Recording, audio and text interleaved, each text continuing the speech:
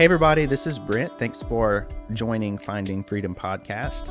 Today I'm hosting Pastor Todd Schumacher of Church of the King, and we're going to be talking about some great topics, lots of different concepts, vulnerability, consistency, and just, tips for people who are, really trying to seek a deeper relationship with God and just work on, relative issues. It's so great that you're here, and I'm glad that we're going to be able to talk about some of this stuff, and I'm hoping that it can help people. Yeah, it's an honor to be here. Thank you for having me, and looking forward to talking about finding freedom. Yeah, absolutely.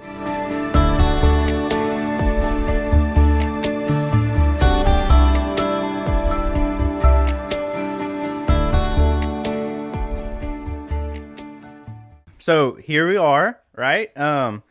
Episode 1 of the podcast, and I couldn't think of a better person to have it on other than my pastor, Pastor Todd Schumacher. Great to be here. Oh yeah, I'm looking forward to it. Mildly nervous. Mildly nervous? You preach in front of people every week, man. I mean, yeah, we got a pretty large church. Yeah. I guess not nervous about like the actual execution, just of what I might actually say, because I'm not in front of a lot of people. And it's not structured. So this is just a conversation. Okay. So I guess this is where, when I think about doing it, I have no amount of nervousness about this at all, because I do this every day, I guess, Okay, my nervousness isn't about necessarily the podcast, but about how real do you want to get. So so my vision for doing this is to get really real, and as a therapist, I know that there's just a lot of fake, and you can take that jacket off if you need to. I'm good. I know that there's a lot of fake in just our society, and people just kind of, just living a lie. And you can get really deep with just that one topic. But my vision for doing this is to definitely be real and to encourage people to go deep, because I know that the way that people find freedom, which is obviously the name of the podcast, is through hearing other people's true stories, right? Yeah. And people can sniff out fake. People know. Yeah. That they can. Now, people are great manipulators and obviously and whatnot, but most people have a good sense of if people are being real or not. So I'm definitely looking forward to, with you and other people, just asking those hard questions, the ones that are kind of uncomfortable to talk about. Yeah. And I guess it's like, when I think about it, it's like, okay, well, another hard conversation, but I literally do that every day. Yeah. Working with sex addiction, that's awkward conversations. And then I get clients that come on and they're like, I don't know how to talk about this. I'm like, man, you're good. Just don't stress. Yeah. I'm like, and I'm just like, it's not a big deal for me, I guess, when I think about hard conversations like that. But as far as, just the reason I want to have you on is because I think, that a lot of times it's hard to just sit back and in a conversation, just talk about things that are really tough, and just within the spiritual context, right? So Sure. in the church, I think that as Christians, we need to do a better job of getting to that place where we can be real with each other. Wholeheartedly, like putting on the face and seeing people and like, oh, it's all great and good, but deep down you're struggling. Like, I get that. That's real life, because you're not going to go to everybody and say, oh, I'm dealing with these issues and this is what's going. You can't do that in everyday life. But if you're not doing it at all, that's the lie. You better be doing it with somebody. Like, hey, this is what's going on. That can be really uncomfortable for a lot of people. So what's your experience with just the struggle on being real and maybe stuff that you've seen in the church? Just some barriers that people have to getting that place where they can find freedom. So I think a lot of it boils down to like the comparison game, that when you compare yourself to somebody else and you compare your weaknesses to their strengths, you become condemned. Like, I'm no good. I have nothing to offer. And you don't want to open up to anybody because you're comparing your weaknesses to people's strengths.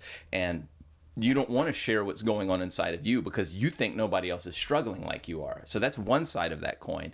When you compare yourself, which is so common. We all do it. Like everybody at some point is comparing themselves to someone else. But when you take those weaknesses that you have, compare them, like if I take my weaknesses, compare them to your strengths, okay, now I'm going to feel like so insecure. I don't want to share anything with anybody because they're not messed up. It's me that's messed up.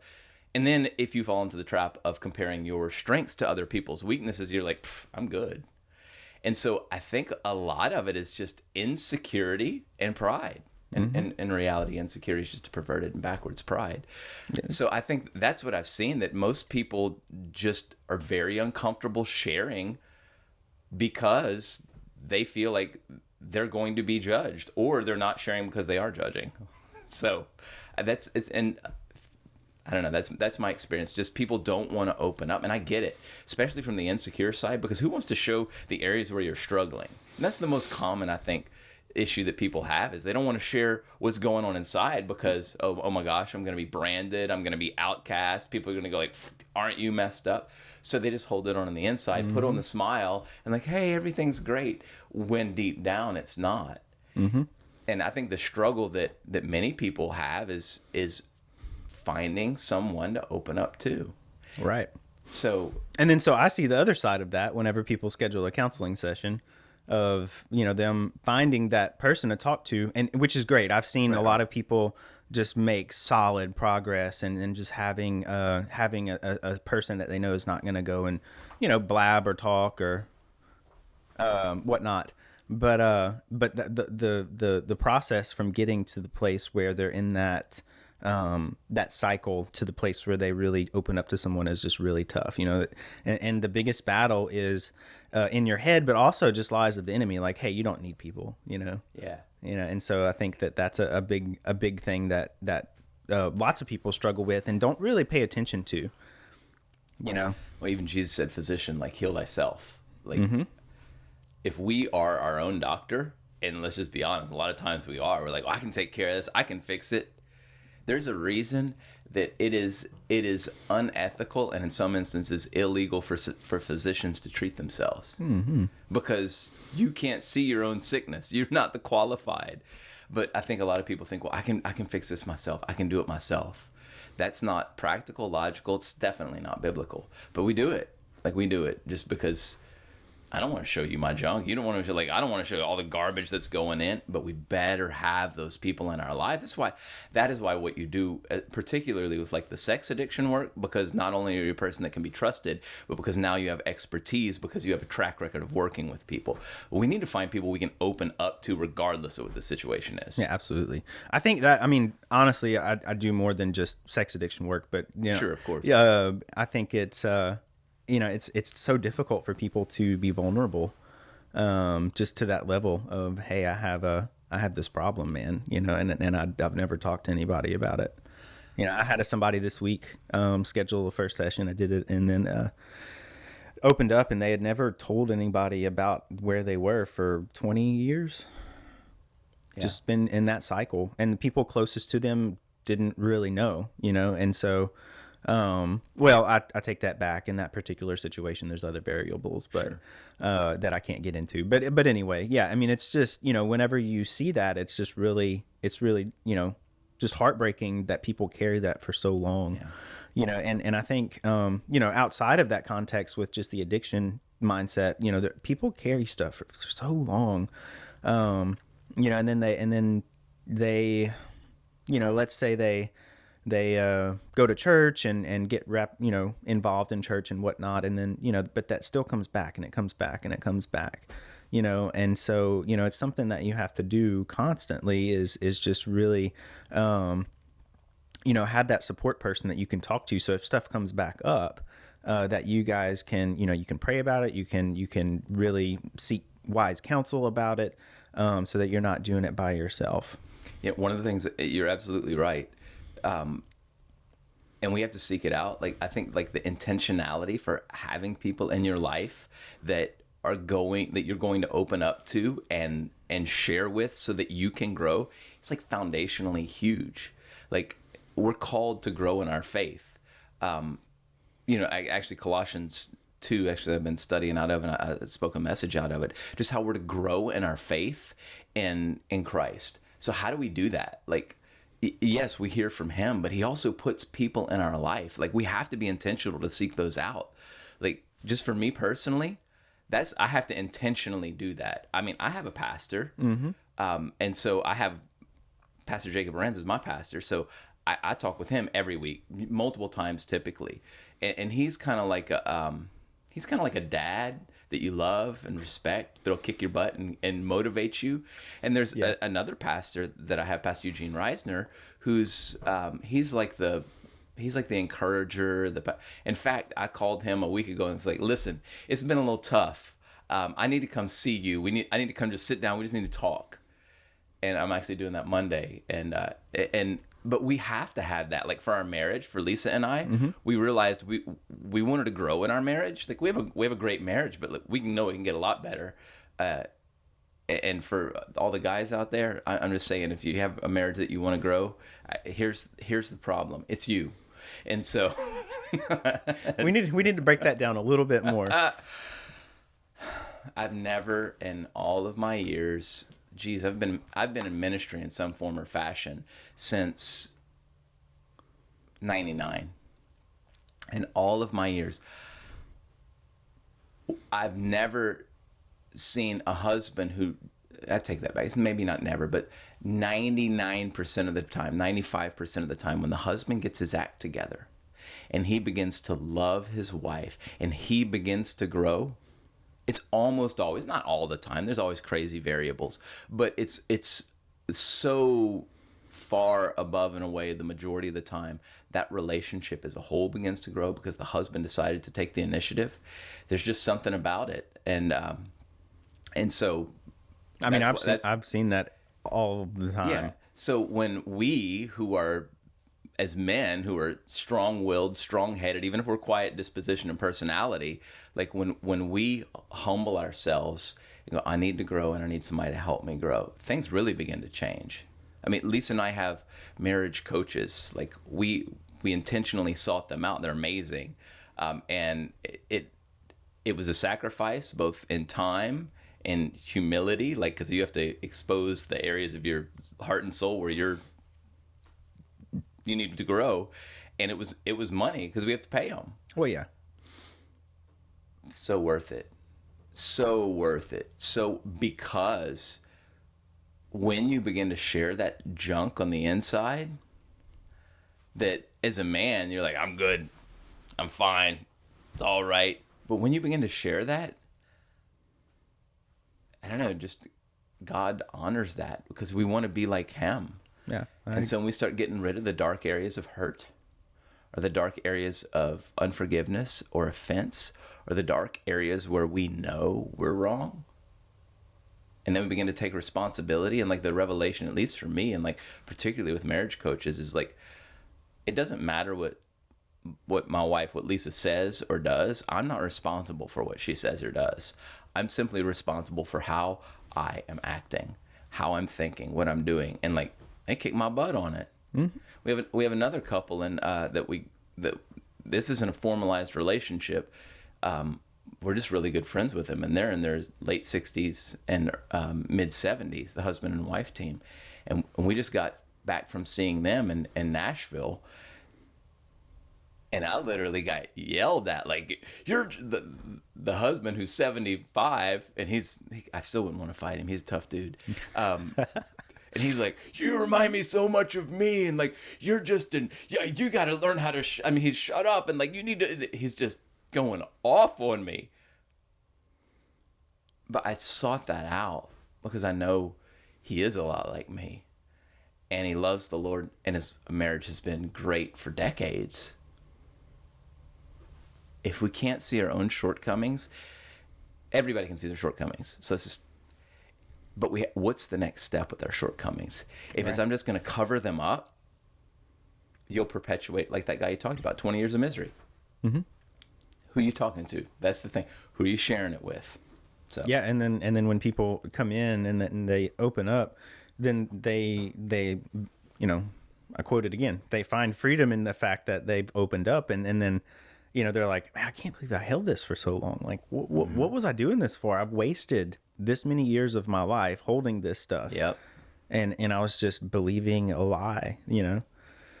And I think that's a big thing, is that, you know, we go around and we just get so distracted with the world and trying to live, you know, every day, and you wake up and you just, your focus is just off. You know, from a spiritual standpoint, I remember you've talked about this before, you know, the enemy's going to steal, kill, and destroy, and then also distract. And if he can distract you, then he's going to go somewhere else oh, hey, you know, Brent's good. He's distracted. So I'm going to go I'm going to go over here. Don't have to worry about him. He's good. He's not going to fill God's purpose. I think distraction's the name of the game. And then we blame, like we look at devastation, destruction, and division and all of that, but then we're just distracted from the purpose that God has for us. And we don't purpose to make our relationship with God better. We don't purpose to make our relationship with the people that are friends, with our family, like, and then all hell breaks loose. Yeah. And then because you've been distracted and you've not deepened your relationship with the Lord, he feels like he's a million miles away. It's not true, but that's how you feel. Like marriage is like your spouse feels like a million miles away, and that may actually be true, like emotionally speaking. And then the close friends, and then you find yourself in a situation where there's been devastation, i.e. the hurricane, or the hurricanes. Now what, 3? And man, I don't. Yeah, and you're like, I need what, and who do you have to turn to? And then it becomes just exponentially hard. Anyway, I was actually gonna bring up the hurricanes.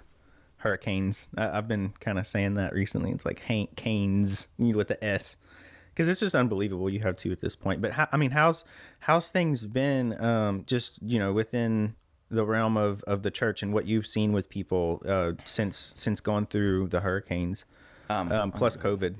Oh Lordy, well, what a year, huh? What a year. It's been crazy.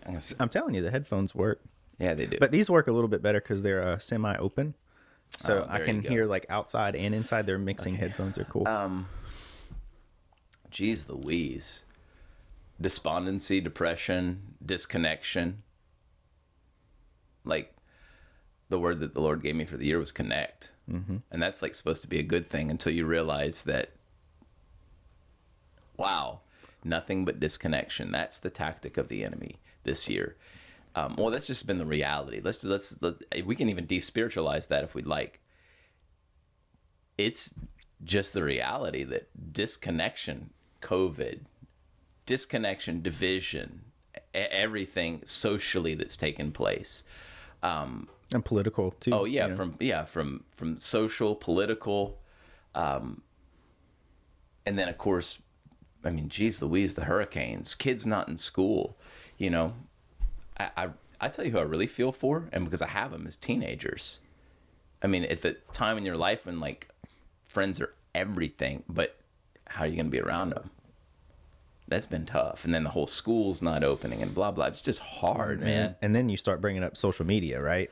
Oh, God. You know, I mean, and so that's where a lot of teenagers are turning right now, social media. And I mean, you know, have you watched that show on Netflix, The Social Dilemma? I haven't watched it, but I've read about it. Man. Because I don't have internet at my house or watch it on your phone or something. I don't have Netflix. Well, we can go inside and watch it. No, I heard it was good. I know multiple people are like, yeah, I just completely got off of social media because of that. I'm like, well, yeah. I mean, I know the premise of it and I understand it, but of course it's,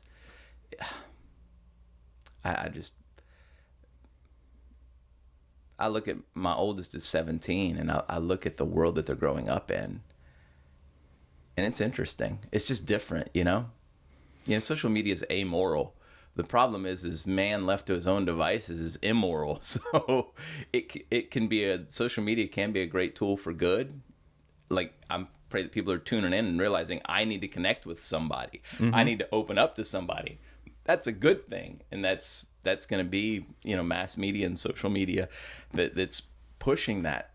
Unfortunately, my experience is for every good thing, there's like 1,000 bad. And so many young people are just getting caught in that. I mean, anyway, so I could go on for a long time. Yeah, we could talk about social media for a while, but you know, it's interesting now that that teenagers are now saying Facebook is for old people, and they keep track of it and get on Facebook so that their parents can keep track of them and whatnot. But they're all into other stuff. Sure. So I mean, and then it's hard to keep track of what platform is good, what platform's bad. There's been a lot of controversy about TikTok, all this stuff. Sure. Not to get into the technicals, but I mean it's hard to keep track of like things that keep developing and changing. And Well, and even like Roblox, you familiar with that? It's a yeah, like kids watch vaguely. it. Yeah, like kids kind of, and like even that got perpetrated by like predators. Exactly. I'm like, oh my gosh, where can you not go and get junk? The newspaper, not really. I was at my dad's house, who lives way out in the country in Swallow, like way out in the country, and he had a newspaper. I'm like, what are you doing with a newspaper? That's funny. Anyway, sorry. I mean, your dad would read the newspaper though. Yeah, I thought it was funny. Yeah. Yeah, no, I mean, and that's just the constant world that's changing. And so going back to distraction, it's so easy to get distracted with social media and just scrolling, right? I mean, I'm guilty of this too. And since I've watched this Social Dilemma on Netflix, right? It's been something I'm trying to pay attention to more and not be on my phone, but it's tough. Yeah. And just the power of the scroll, it's addicting. Screen time is such a lie. It's so wrong. It like multiplies your time times 10, right? Actually, You look it's dead accurate. I know it's dead accurate. It's just scary, isn't it? It is scary. It can be. You look at how did I spend 2 hours on Facebook today? What was I doing? Here's what's wild is like so many like specialists and professionals that deal particularly with young people. They're saying, hey, like, because the question, and I have 4 kids, from 10 to 17. So like what age do you give your kid a phone? Like as long as you can go without them having a phone, don't give them the phone, because it'll end up in a like scroll fest. You just have to at least 3 times a week. My oldest comes to me and is like, hey, can you adjust the limits on that? I'm like, no, I cannot do that. Go read a book. It's crazy. I mean, Adam, for those of you listening, I have a 7-year-old Adam. He's once a week at least. When can I have a phone? When can I have a phone? Seriously? I'm serious. And I mean, it's not like we don't let him play on the phone. Like, I mean, he just wants his own phone. So I have a 17-year-old and a 15-year-old, and we had set the rule like, okay, when you start driving solo, you'll need a phone. And that was the case for Christopher. And the first phone we got him was a flip phone, like a Cricket type. It wasn't even Cricket. It was like I bought it at Dollar General. And then you realize you can't really text on that, and the phone calls aren't good, so he ended up with an old hand-me-down iPhone. But yeah, like, I don't know, just set it. That's my recommendation. Just like, if you're driving, you need it. Hey. And even then, like, Life 360 and parental controls and time limits. His phone shuts off at 9:00 at night. I mean, just. I mean, and all those things are great tools, but you got to make sure that you're consistent with them, right? Consistency is key in anything that you implement. Now that with your life, with your kids, Yes. I mean, so consistency is definitely important. On the phone thing, man, I remember when I had a Razor and a flip phone back in the day, and we made it work. It was great. You just Okay, I'm older than you. You are. I remember getting a pager. I thought it was hot stuff. Like when I got a pager, I was. Oh man, I was the man. You can page me. This is old school. Like when it was, they'd send the phone number, and then if it was an emergency, after the phone number, they'd put 911. I'm like, ooh. Oh man. I mean, I came of age when all that was from pagers, and I was younger when those pagers, and then Nextel. You don't remember that with the Actually, I do. Yeah, I remember Nextel. way. I'm not that young. Now I was young then. How annoying. You had a phone that people would be like, hey, you could hear their voice. It didn't ring. It'd be like, hey, answer the phone. I know you're there. And like, shut up. I hated it. Yeah, and anyway. that beep, burp, how Oh, yeah. I remember. I can't replicate it, but Sorry. it's fun. Okay, we digress. Yeah. So, consistency. And consistency is key in life. Yeah, from a spiritual standpoint, as a pastor, where do you see people struggle with that? I know that's a very open. So here's okay. Jesus quoting Deuteronomy 6: "Man shall not live by bread alone, but by every word that proceeds out of the mouth of God." Seldom do we miss a meal, like in the real world. like in the natural. Like I love food. Like in fact, we had amazing cinnamon rolls Man, those were this great. morning. My just wife is before awesome. I know, she's amazing. It's awesome. Like we don't miss many meals in America. Where do I see, like, but as Christians, people that say they love the Lord and they're serving him and following, what is your devotional time like? Because that's your spiritual meal. And that is a discipline. Oh yeah, consistency is important. Yeah, the reason that we have meals every day is because like our physical body tells us, oh, I'm hungry, I need to eat something. And we get weak, and if we don't eat. But spiritually, it's harder to tell when you're getting weak. It's harder to tell when you're like spiritually like famished. So you have to incorporate that in as a discipline in your life. And I think that is the root of where people spiritually begin to wither away and just go through a routine or a ritual. Because that's the crazy thing. You can read the Bible every day, but you don't get anything out of it. So it's like, because you have, like Jesus said, seek and you'll find, knock, and the door is going to be open, ask and you'll receive. And if we're not careful, we'll just go through like a devotional time. Oh, let me read my utmost first highest, or let me read my chapter a day to keep the devil away. But there's actually no seeking in it. Right, and there's no relationship. Yeah, I mean, well, Right. That's the there's key. minimal relationship. Yeah. So I think that in seeking God, that's the key, to seek him. Lord, I need to hear from you. I need to hear from you because I want to do what you have for me, and I want to grow and go in the way that you want me to. That is the foundation. I'll be honest, that requires extreme consistency, which requires devotion. And devotion isn't like just a 15-minute period where you read a Bible passage and maybe read something that somebody wrote about it. Okay, devotion is I am committed consistently to growing in my relationship, my walk with God. And that's where people miss it. Yeah. And let me tell you where I think it's most revealed. Well, Luke 6:45 says, from an overflow of the heart, the mouth speaks. Or from an overflow of the heart, the thumbs type on Facebook or Twitter or Instagram or post on TikTok. 100% right. So from an overflow of the heart, if you want to know how somebody is really doing, just look at their Facebook. Sometimes they're great at being different on Facebook than they are in real life. Well, true. If you have any discernment, though, well, here's the thing. If you know people, like, and as a therapist and a pastor, this is what you know. Like, you look at their Facebook and you go, what?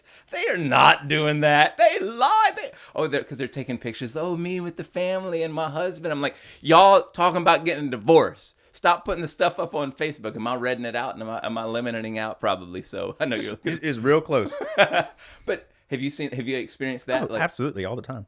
Yeah, so. I mean, not all the time, but I mean, there's certain situations where you're like, Yeah, and I'm like, seriously, come on, don't be calling me telling you're struggling with whatever, but then on Facebook you're all smiles. Mm-hmm.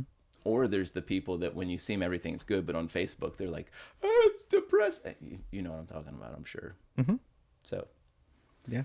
So this turned into more of a social media conversation. It has, but and it boils back down to consistency. Right. In our walk with God and our relationship with others, consistency is the key.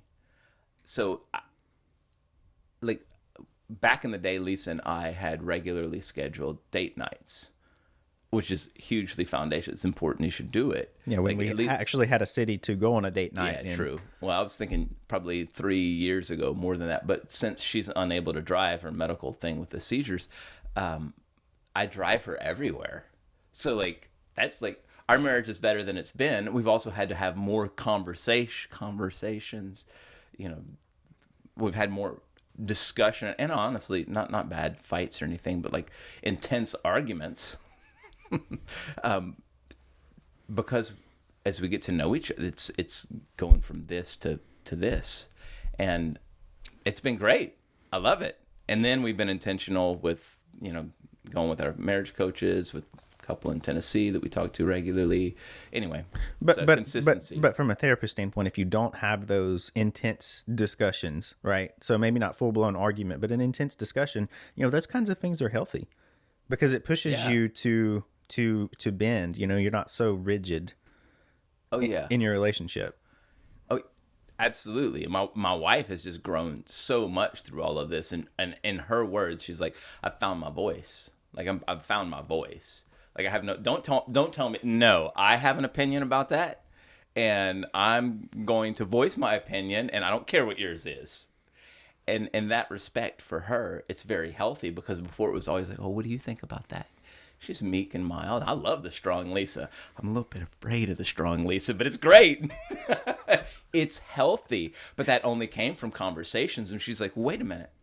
What about this? What about? I'm like, yeah, that's it. Anyway. That's awesome. I'm going to have to give her a high five next time I see her. Yeah, well, even this morning I was talking about even now she's like politically minded, which has never happened in her life. She's like, no, this is what I believe. I'm okay. That's awesome.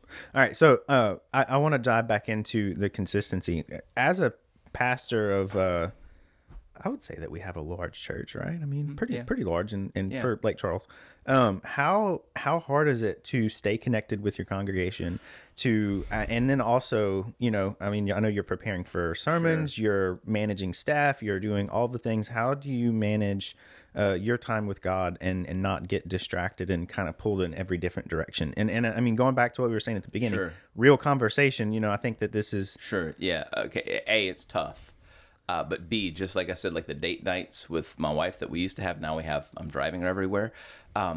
It's capturing time and setting aside time, planned time. I know what my mornings are going to contain. I know I get up early, not because I set an alarm. I actually, today, like I've got to set that time aside because I slept later than I've slept in, I can't remember. I slept till 6:28 today, and which was crazy. And then obviously out of the house early.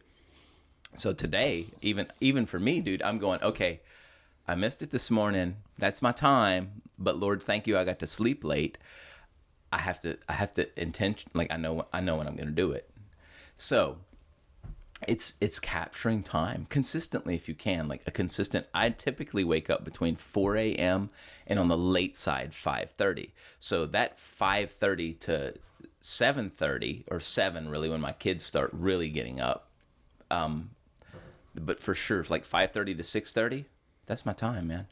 I can do what I want with it, and that's every day. So if I don't every day choose that 5:30 to 6:30 time, it will slip by. But it means, oh wait, that's too far away to reach. I was gonna grab my phone. It means I got to set that down. It means I have to set the book down, and I have to seek the Lord. And as a pastor, that is still the most important thing that I can do consistently. I heard it put this way: it doesn't matter what people fall into; they all fall from the same place. It's the secret place, the quiet place, the time that place where they spend with God. Yeah, that's good. It's true. Like the consistency of foundationally connecting with your Creator who knows you and loves you. And if He's the creator and the designer, He will speak to you about why He created you and how He designed you. And if you don't know that, you'll make it up. I'm going to figure it out myself. And that just leads to actually I really believe that's the source of addiction. Aside from, hurt, wounding, abuse, and all of those things. There's multiple. There's multiple. But that's one of the ways that people are because they're like, what's my purpose? I don't know. So, go ahead. Well, and then people get wrapped up in the moment, of I don't know who I am. I don't know what my purpose is.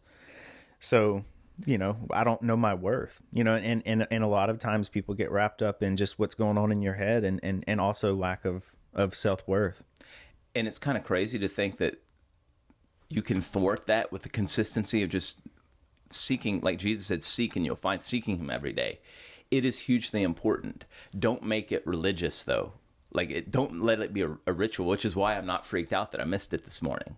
Because I'll get it later today. I'll get it tonight before I go to sleep. That's okay. That's cool. The point is, I need to seek him. I need to. Don't get hung up on the time either. Like, oh my gosh, I have to spend an hour with him. Like, no, just connect. And like any healthy relationship, and you're the therapist. You correct me if I'm wrong, but even in marriage, like it does like this. It's not bad. Like there's ebbs and flows. I'm not saying like there's highs and lows, though let's be honest, there are in marriage and in relationships, but there's ebbs and flows in those relationships, more like a tide that comes in and out. Even in our walk with God, there are seasons where he seems like maybe a little more distant. Still seek him. Maybe it's not going to be for very long. Maybe it's just a few minutes each day where you're worshiping him and talking with him. That's okay. Just keep the conversation going. Mm-hmm. So, I mean, and it's great that you mentioned this, but I was actually reading something in a devotional I'm doing on the U version. Yeah. And it was talking about walking through spiritually dry seasons, and so we all want to be on the mountaintop, right? I mean, and we all want to be there, but not a whole lot of growth happens when you're up on the mountain. The growth happens when you're in the valley. Yes. And I see that as a therapist with clients that I work with. I mean, I know that for myself. And I mean, that's when God's going to really meet you. You have to really seek him when you're there. And you may not feel it. You may not hear him like you normally do when you're up on the mountain, but that's where the faith comes in. Man, okay, I'm a backpacker. Like I love it. Right. An avid backpacker. The mountaintop is great. It's where you see the view. It's phenomenal. It's also the shortest part of the whole trip. Yeah, yes, it is, isn't it? It really is. It's because you spend all of your time going up and down, going over, around, and through. This is a picture of life. This is a picture of life and our walk with the Lord. In relationships, man, they're not always going to be mountaintops. And this is where I guess like the mass media, like movies and the sappy, even the Hallmark stuff, like you can this idealistic picture of what relationships are like. And we carry that over, not just into our relations. Like if you watch Hallmark and only watch Hallmark, you're going to hate your life. If you watch most movies, you're just going to hate your life because you're going to compare yourself to that and it's not reality. And then, unfortunately, we also will end up doing that in our walk with God. Well, how come it's not always mountaintops? What's the matter with me? No, man. There's an ebb and flow. There's a rising tide. There's a low tide. It's just part of the journey. And that's okay. Like when God's quiet and we're in dry times, it's okay. It's good stuff. You should have filled up with more coffee. Trust me, I'm filling up.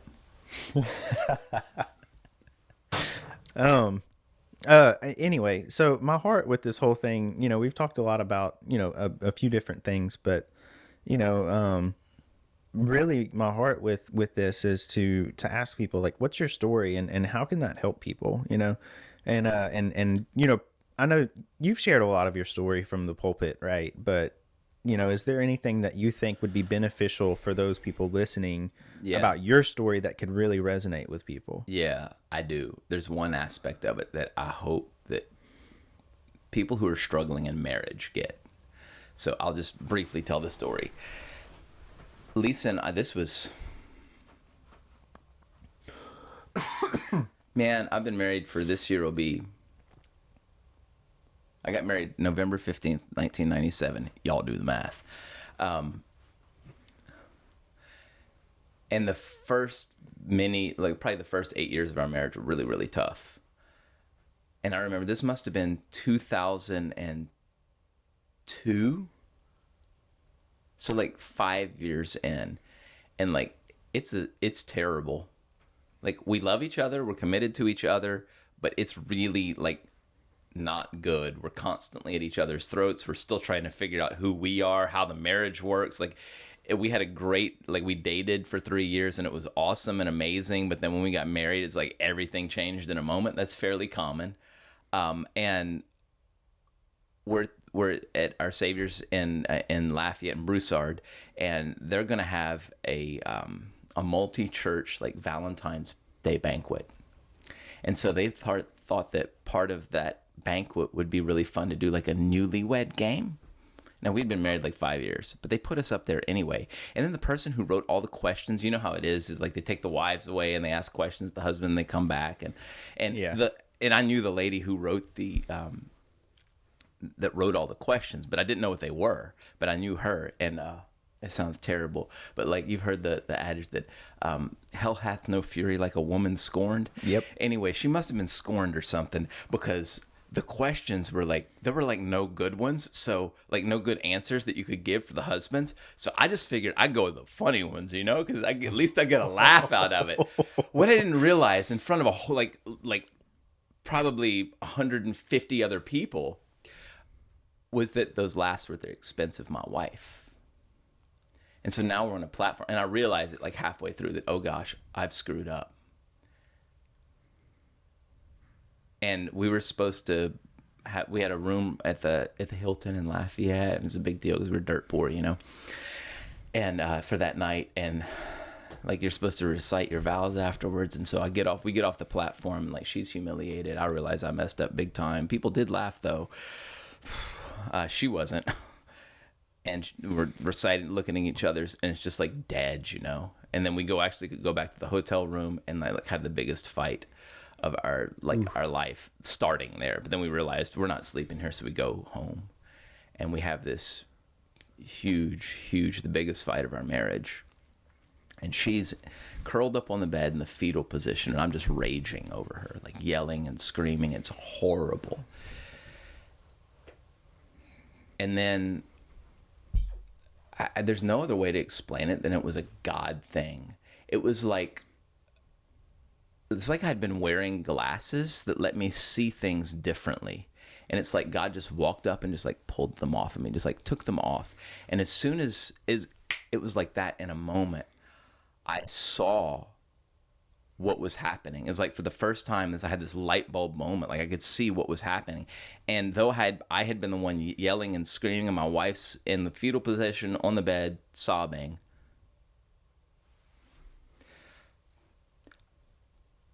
I realized that all of that was me.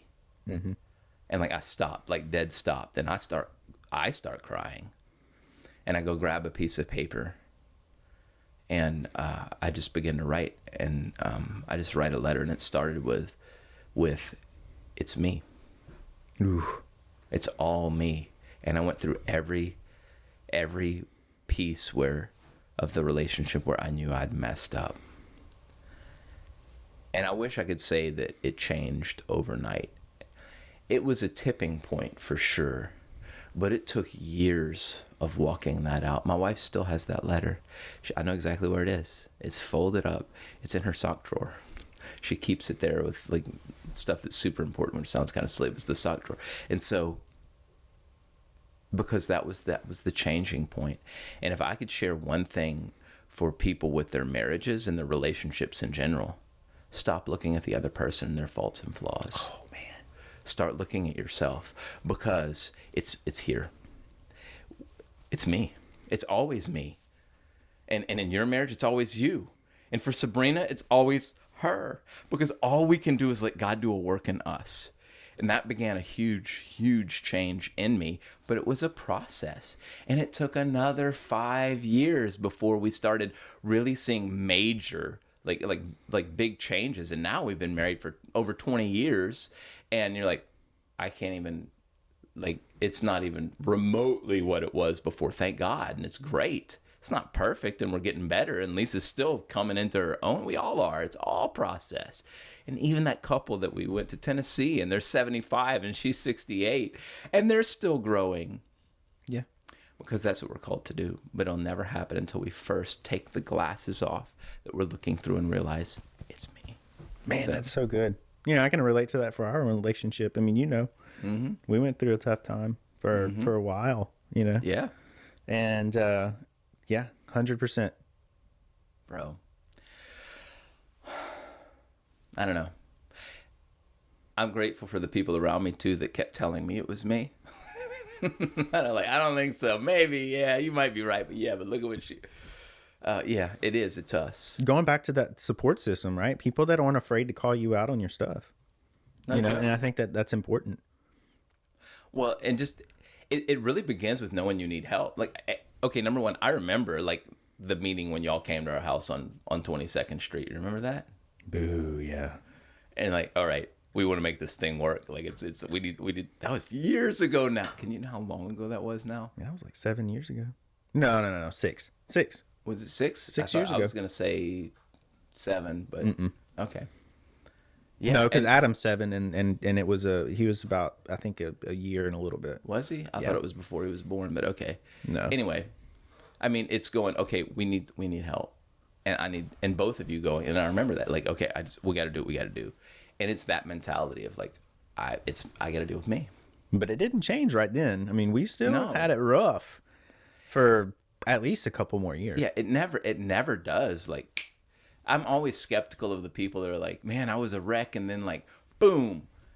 Like, okay. I mean, it can happen. Like, I know people that were like, I was on the street, I was a drug addict, I was selling drugs, and then I met Jesus, and then I never went. That happens. It does. And I've seen that somewhat consistently with addiction, but it's still not the norm, not even close to it. But in marriages, I've never seen that. Never. Not one single time. I see people with epiphanies, and then it's a process. Just embrace the process and keep being intentional. And now we're going to go back to consistency. Yeah. Because that's how you get to the place. You can have the revelation. I think a lot of people do. Oh my gosh, I need to fix this by fixing me. Lord, help me. But because they're not consistent, it doesn't work. You have to realize that. But then the next step is you have to put yourself in a place where you're vulnerable. Yeah. And that is easier said than done. And it's painful. And for some reason, at least in marriage, particularly for men, I get it though. Yes, but I do see that a lot, especially guys around our area. You know, in the South, you're very opposed to getting help. Your do-it-yourself mentality. Absolutely, and it's the whole I'm a man. I drive a 4x4, and I mean I can't say anything. It's jacked up my truck and put wheels on, tires on. But I get it. That's what I'm saying. Oh man, nothing gonna stop me. I can work and I can build anything and do anything, and then you can't even manage your marriage. I totally get it. Yeah, but I mean, and I think a lot of guys with that attitude, they just have a problem taking responsibility in general across their life. Mm-hmm. And a lot of it comes from the way they grew up, childhood, everything. I mean, there's a lot of different factors, but I mean, and we're not trying to sit here hating on guys, right? No, I mean, but as two guys, we really hold men to a higher standard. I mean, that's really what the Bible calls us to do anyway. We're the spiritual leaders of our home. We have, if it doesn't change with us, then it's not likely to change within the household. I don't know the percentages, but I think you know where I'm going with this. If a man gets saved and really commits his life to Christ, I think it's like an 80-something%. It's almost 90%. 90, that the rest of the family will fall in line. Now, if the wife does, then I think it's in the 20s. In the 20s. And then if a kid does, it's even less. Yeah, it's in the teens. Yeah. So. Yep. So, and I get it. Like for marriage and for relationships with men, like we're capable. We can do things. I mean, before we started recording, I'm looking at your tractor, going, "Oh man, you put the grapple on the front. How much was that? What was that? Yeah, because I need to do all that." It's like we want to get things done. Like I'm gonna pay the price to get a grapple to put that so I can do my own tree work and the property that I have. Like that's great and everything, but we have to be willing to do that same hard work and commitment and pay the price for our marriages and our relationships. And a lot of men, it's a whole lot easier to take out a fallen tree and to clean up debris from a hurricane than it is to clean up a dirty relationship. And so men will often, I think this is my take, we'll just spend our time fixing the stuff around us that we can fix easily because we know how to do it. And most men don't know what to do with a crying woman. I didn't. Mm-hmm. And it's uncomfortable. Yeah. It's like, well, don't and then guys can tend to compartmentalize and hey, I'm going to go work on something outside. I'm just not going to deal with this. I don't know how to deal with it. And so that's the point where, if you are listening to this and you can relate to this, what we're talking about, that's whenever, okay, I need an outside perspective here. I'm going to Yeah. be vulnerable. I'm going to go to my pastor. I'm going to go see a therapist. I'm going to do something that I've not done yet. And then I'm going to make my relationship better. I mean, I pray people do that. Like I said, I got 2 pastors that I go to, 2 marriage coaches that I go to. My parents are godly and amazing. That's a tremendous blessing in my life. Like, usually my wife's first phone call will be to, my mom, which is, my mom loves Lisa more than she loves me, I think. And that's for real. And well, they spent all day yesterday together. Your mom loves everybody, though. She does, but she has a place for Lisa. Anyway, like off the top of my head, I'm going, and that's not even counting the close friends that I will open up to. It's to the Josh Bigwoods and Dwayne Derwins. I mean, who are the people that you're consistently going to help me? And here's what you'll find. They will. And God will use them. Mm-hmm. So. Man, this has been good. It's fun. I think, we're almost out of time, but is there anything else you want to add just to wrap up? I mean, this has been great. I really appreciate you doing this. Thank you. It's an honor. Yeah. Very much so. No, man, just if we can just take off the glasses and realize that it's us. All we can change is all we can do is allow God to change us. So seek him and seek out godly counsel. And an abundance of counselors, surely there's victory. It's Proverbs. It's true. That's good. So awesome. Well, thanks guys for tuning in, and I really appreciate you checking out a podcast. I'll be doing a lot more episodes with other guests in the future, and just subscribe to the channel and follow the page, and we'll see you soon. Sounds good. Thanks, bro. Cool. All right.